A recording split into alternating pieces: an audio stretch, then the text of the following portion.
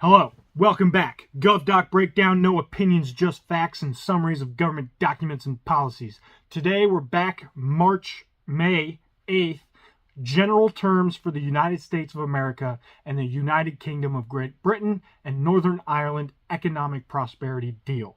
So, obviously this is the beginnings of the first trade deal that has come about due to the tariff policy that the president has implemented over the last few months.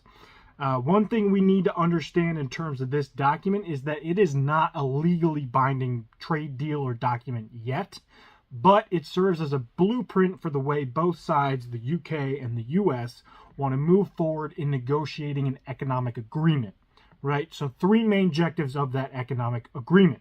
One, boost trade between the US and UK, creating well-paying jobs in both countries. Two, cut red tape so it's easier for American and British companies to do business with each other.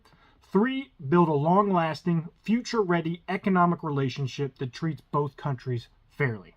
All right, so let's get into the guts of this bad boy. Trade deals, baby, let's go. Tariffs.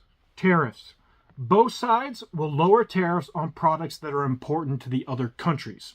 The tariff cuts will be coordinated and reciprocal, and the U.S. will also at some point possibly lower tariffs on some UK territories that aren't actually the main body of UK, so like overseas islands and stuff like that. So some specific examples here on tariffs.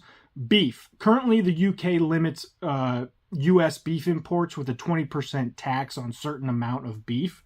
That tax will be removed and larger amounts will then be duty-free. I think it's around 13,000 metric tons of beef will come in without a tax into the UK market, and the US will also then adjust its beef import practices to return the favor.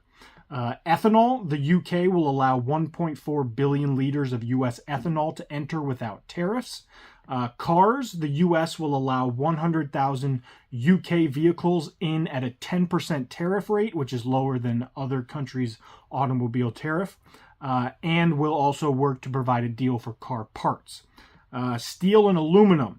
So this is where if the UK meets the US standards for manufacturing these materials, like steel and aluminum, obviously, the US will come up with a figure on how much they will allow into the country with a non-tax exemption.